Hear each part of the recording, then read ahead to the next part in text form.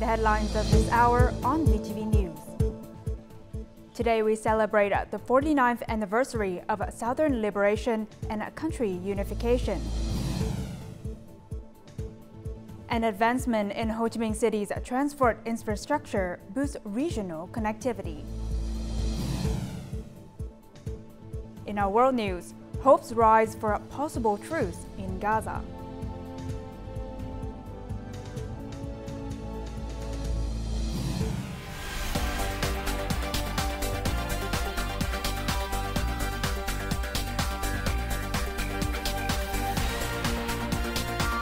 Broadcasting from Hanoi, the capital of Vietnam. VTV News starts right now. Good afternoon. It is 3 p.m. local time and you're watching VTV News. I'm Huyen Chen with the top stories. 49 years ago, on April 30th, 1975, Peace and National Reunification finally reigned over Vietnam after 30 years of relentless resistance. The 1975 Spring General Offensive and Uprising was completely victorious, uniting the North and the South.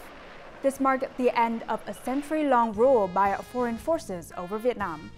At noon on April 30th, 1975, Liberation Army tanks headed straight for the Independence Palace.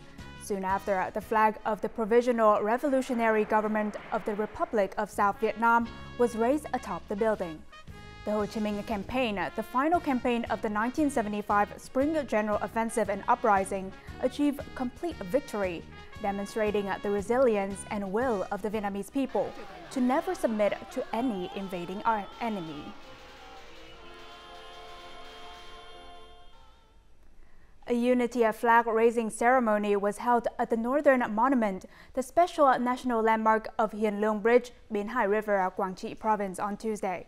The event was organized to commemorate the 49th anniversary of the liberation of the South and the reunification of the country on April 30th, and the 52nd anniversary of the liberation of Quang Tri Province on May 1st. At precisely 7 a.m., delegates solemnly observed the national flag being raised to the top of the historic Hien Long Monument, accompanied by the national anthem. The ceremony aims to honor the heroic and tenacious accomplishments of our troops and citizens, while deeply acknowledging the significant sacrifices made by our forefathers to preserve the nation's independence and freedom. The event also nurtures patriotism and unity and affirms the great achievements that Vietnamese people have attained in the national liberation struggle. This is a foundation for all citizens to overcome challenges and contribute to the country's global integration. 49 years ago, when the time for a general offensive against the last stronghold of the Saigon government arrived, the Politburo and the party's Central Committee decided to launch a strategic campaign named after President Ho Chi Minh. Thanks to a daring and well-organized strategy, at 11:30 a.m. on April 30th, 1975, the liberation flag fluttered on the roof of the Independence Palace, the last stronghold of the Saigon government. This glorious victory affirmed the sound leadership of the party and was the pinnacle of Vietnam's military art. It was also the victory of Vietnamese bravery and wisdom, reflecting the power of national solidarity in the Ho Chi Minh era. The party and the Army of Vietnam were consistent in their goal of reunifying the country while being flexible about strategies. They combined revolutionary violence with political movements, seizing opportunities to launch offensives that changed the course of the war and laying the foundations for the final triumph. The Politburo ordered the Vietnamese armed forces to carry out the military offensive in a swift, drastic, and unpredictable manner. The commander-in-chief sent a telegram to the Southern Front, urging all party members and soldiers to accelerate the fight. The capture of Buon Moth what paved the way for us to seize opportunities to liberate the South. 8 months earlier, the Politburo had been determined to liberate the South between 1975 and 1976. However, after several military campaigns in early 1975, realizing that the time was ripe, the Politburo and the party central committees decided to liberate the South in April 1975. The Politburo's decision to launch an offensive in the Central Highlands changed the course of the war. After liberating the 4 provinces of the Central Highlands, we coordinated with Military Region 5 to liberate the provinces of Ben Din, Pui and Hanois. Meanwhile, in Hanoi, a public map was marked every day to represent the southern provinces and localities liberated by the Vietnamese armed forces. Truck drivers transporting troops and military supplies to the southern battlefield did so with joy and happiness. The Politburo seized opportunities to deploy its troops to the southern battlefield, achieving a major breakthrough against the enemies. The glorious victory on April 30th, 1975, marked the end of our 30-year arduous war, resulting in the national reunification. The glorious victory of the general offensive and uprising in 1975 is one of the greatest military feats of the 20th century. Thanks to strong national solidarity and great efforts, the Vietnamese people and soldiers fulfilled President Ho Chi Minh's desire to liberate the South and reunify the country.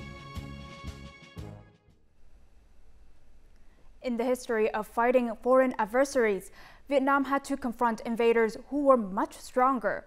The book, Some Issues on Military Doctrine, National Defense Strategy in the Cause of Building and Safeguarding the Socialist Motherland of Vietnam in the New Era, by Party General Secretary Nguyễn Phú Trọng, affirmed that building the strong people's defense posture has been the decisive factor in the cause of protecting the country.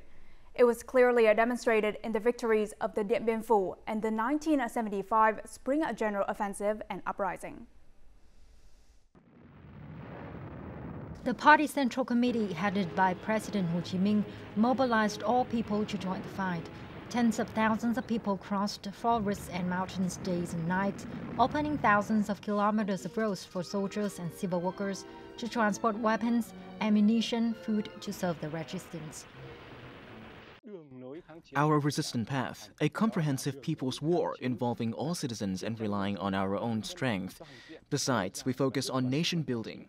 Through this endeavor, we can mobilize maximum human, material, financial, and intellectual resources of the entire people to protect the fatherland.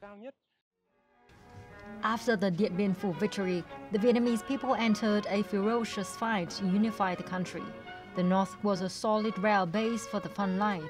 The Central Highlands and South regions were seething with a revolutionary spirit.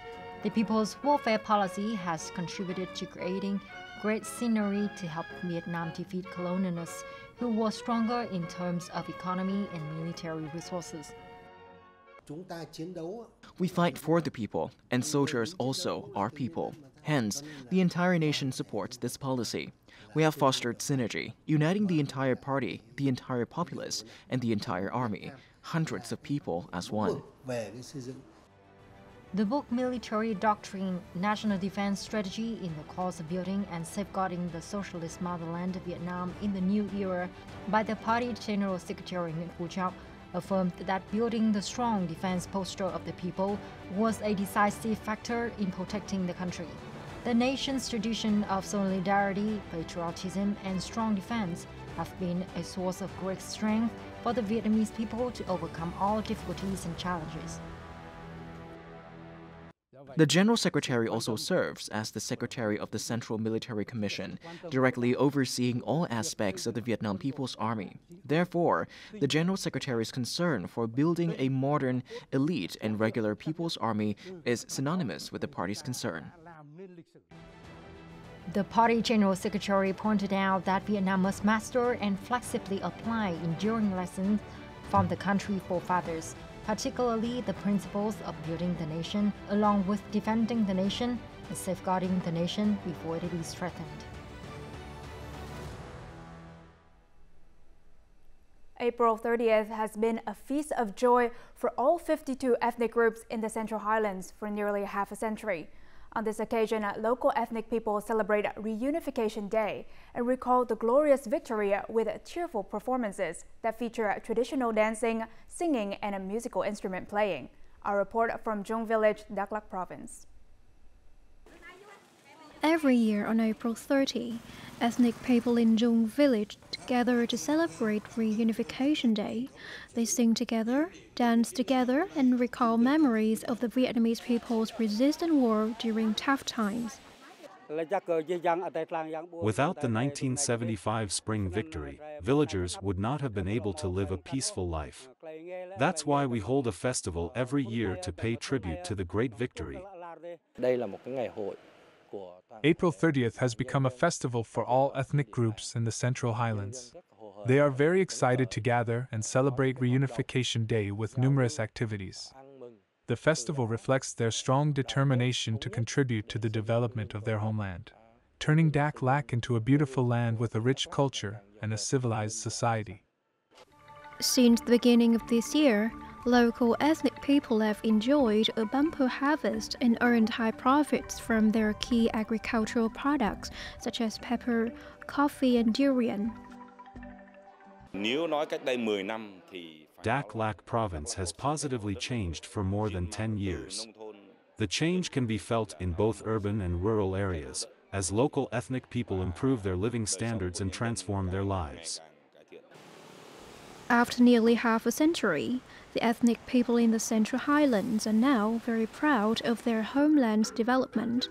The 1975 Spring Victory laid the foundation for the Vietnamese people, including the ethnic groups in the Central Highlands, to transform their lives and strive for a better future.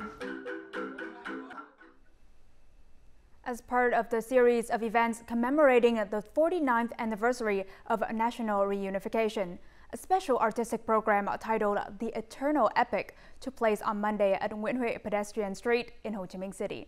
The program reenacted the nation's historical journey, which started with President Ho Chi Minh reading the Declaration of Independence at Ba Đình Square in Hanoi, signifying the birth of the Socialist Republic of Vietnam, and ended with the country's reunification.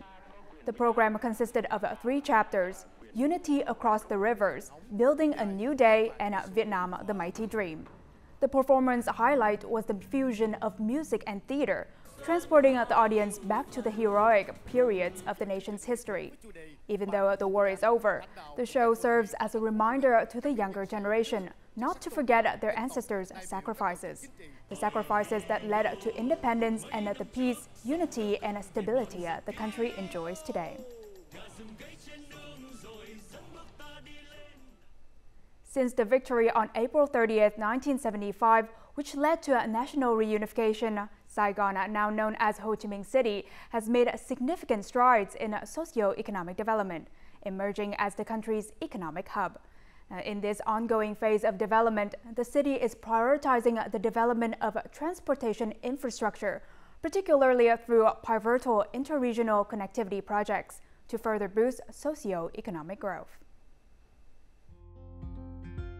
Since 2023, Ho Chi Minh City's traffic infrastructure has undergone remarkable transformations.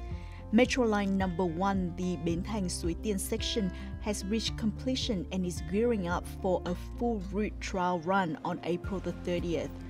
Meanwhile, preparations are underway for the construction of Metro Line Number 2, linking Bến Thành to Tham Luang, with land clearance and technical infrastructure relocation set to commence in 2025. The construction of the 76.3-kilometer long Ring Road 3 began in June 2023. This project opens up new opportunities for economic and urban development in both Ho Chi Minh City and its neighboring provinces. The project creates momentum for regional connectivity mechanisms. Well-developed infrastructure yields prosperity. By establishing seamless connections through infrastructure upgrades, competitive edge is created, facilitating relationships and linkages among regional localities. 2 important regional linkage projects, National Highway 50 and the An Phu intersection, are currently under urgent construction and slated for completion by 2025. In addition to Ring Road 3, this project will establish vital connections between Ho Chi Minh City and its neighboring provinces, ushering in noticeable transformation in the region.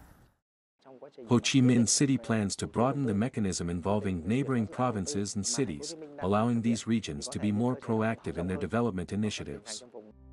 The Ho Chi Minh City People's Council has approved 5 gateway and urban trunk traffic projects.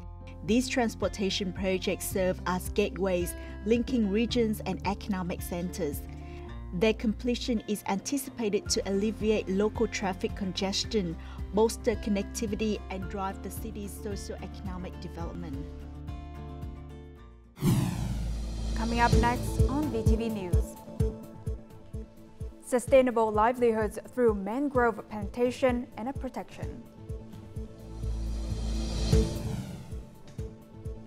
And Dak Lak sells first carbon credits from rice cultivation.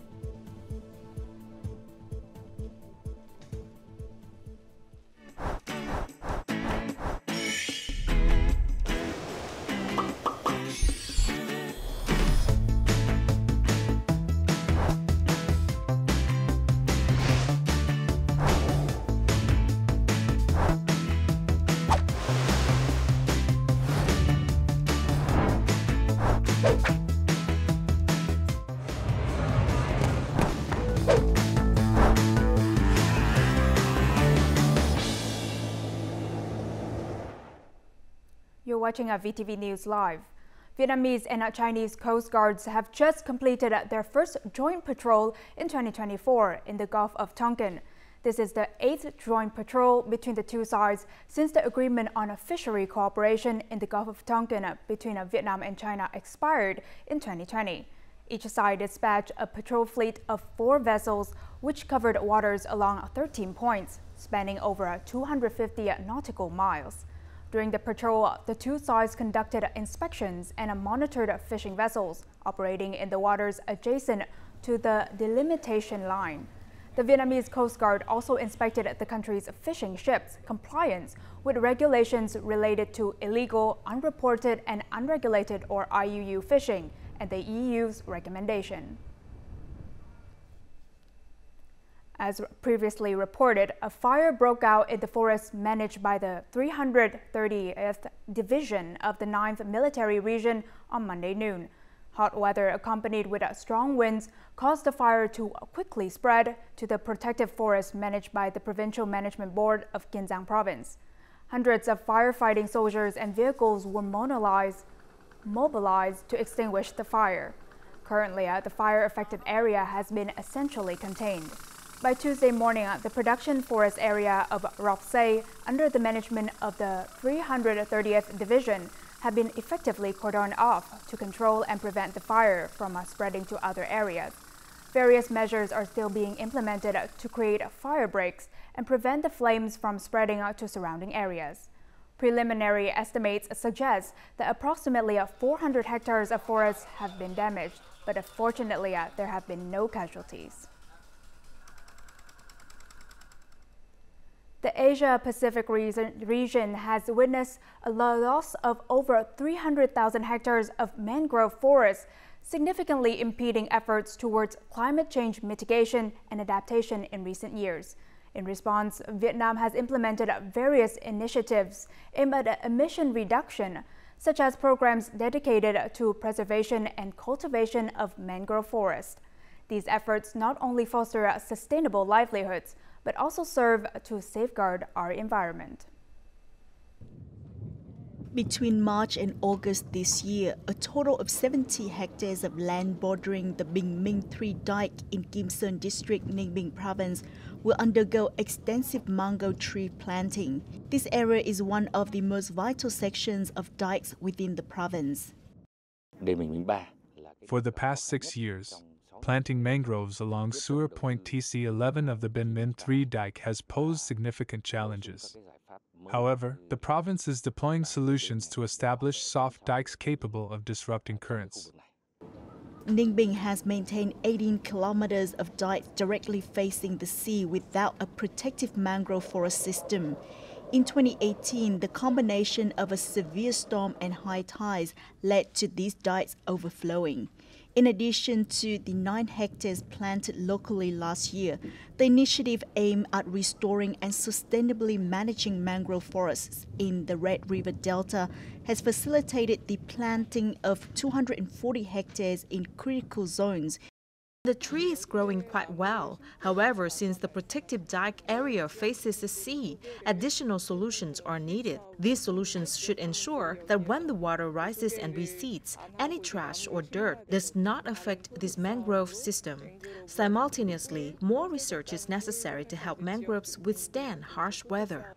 Locals have been actively engaged in both planting new forests and safeguarding existing ones. These efforts are vital for the sustainable harvesting of seafood resources. Without mangroves, the waves would be much larger. It's crucial for me to stay vigilant and remind farmers that overexploitation will deplete the mangrove resources.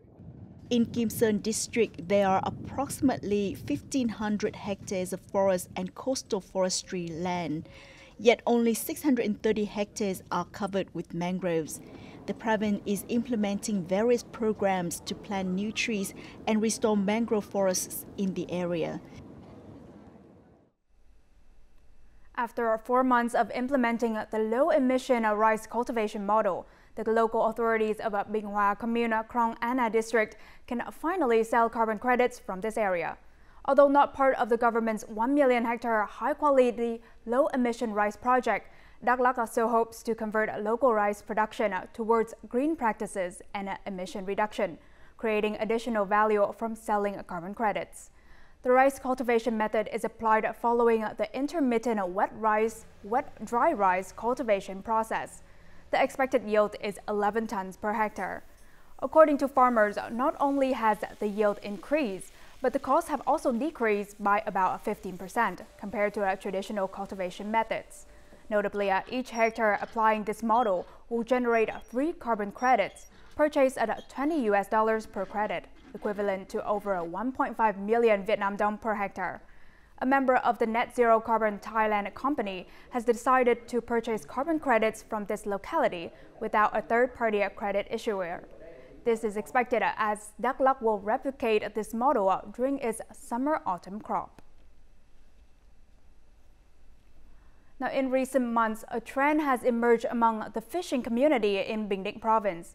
Upon returning from their fishing trips, many boats have been seen laden with not just seafood, but also plastic waste gathered during their fishing activities. This departure from the previous practice of discarding waste into the ocean signals a significant shift towards environmental preservation by these fishermen. Fisherman Trần Ngọc Việt, the captain and owner of an offshore fishing vessel, docked at Quy Nhơn fishing port to sell fish to traders. What made this trip special was the addition of a special crafted bag affixed to the ship's side. This bag was designed to hold the plastic bags and discarded bottles. This is my 3rd trip gathering trash to bring ashore. A collection team will then retrieve the trash and compensate us. We are trained and reminded not to throw plastic waste into the sea, but to collect it and bring it to shore for proper disposal. It is the right thing to do to protect the environment. According to the Bình Định Fisheries Department, Quy Nhơn Fishing Port receives an average of 300 fishing vessels every month. Based on this figure, the accumulated plastic waste from each sea voyage can exceed 4 tons. Such a staggering amount poses a significant threat to marine ecosystems. The amount of plastic waste collected from fishing vessels in the program is substantial. We believe this program helps raise people's awareness about protecting the marine environment. The program to collect plastic waste from fishing vessels involved 200 ships. A collection team at Quy Nhơn Fishing Port is responsible for gathering all forms of plastic waste generated during each sea voyage. The collected waste is sorted and transported to a facility for recycling and proper disposal. This process not only adds value to plastic waste, but also fosters a circular economy model within Quy Nhơn City. Coming up next in our world news. Hopes rise for a possible truce in Gaza.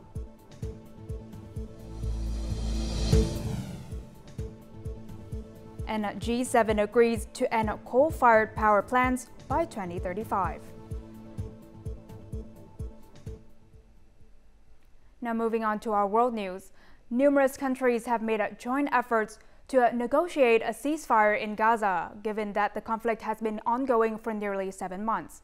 The United States and the United Kingdom have urged Hamas to accept an Israeli proposal for a 40-day truce and the release of thousands of Palestinian prisoners in return for the release of some Israeli captives.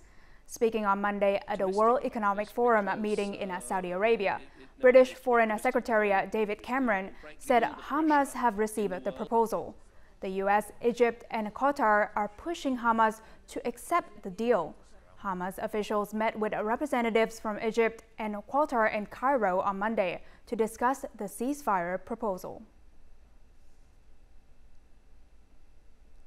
Ministers from the Group of 7 Nations, or G7, have agreed to shut down all their coal plants by 2035 at the latest, a UK minister said on Monday. This climate policy breakthrough could influence other countries to do the same. British Energy Minister Andrew Bowie called it a historic agreement. This is something that the G7 nations were unable to achieve at the United Nations Climate Change Conference, or COP28, in Dubai last year. Setting an end date for coal, the most climate-polluting fossil fuel, has been a contentious issue at the international climate talks. According to the Italian Environment and Energy Security Minister, G7 ministers are expected to finalize the agreement on April 30th. Prolonged heat waves with temperatures reaching over 40 degrees Celsius have adversely affected the daily lives of people in Laos and Thailand. The two countries have increased measures to tackle these conditions. In Laos, the Ministry of Education and Sports recently warned that temperatures of 40 degrees Celsius and above might affect children's health, especially in schools without fans or air conditioning. In such circumstances, teachers should consider temporarily suspending classes and reschedule outdoor activities. School principals have been advised to implement precautionary measures to protect children from extreme high temperatures. Meanwhile, in Thailand, water levels in the Lam Takong Reservoir and Lam Mun River in Nakhon Ratchasima have dropped significantly due to extreme heat and drought, raising concerns about water shortages. The Department of Internal Trade is closely monitoring the extreme hot weather conditions and assessing the impacts on agricultural production to provide timely support for consumers.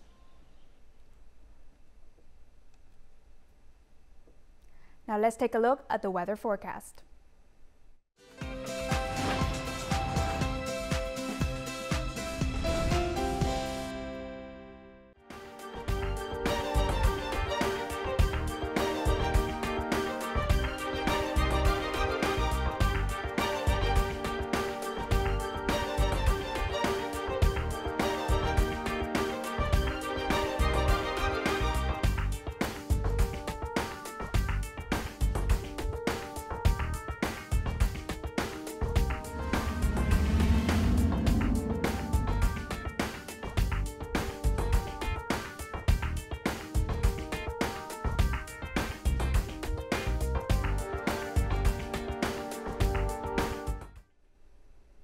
And that's all the news we have for this hour.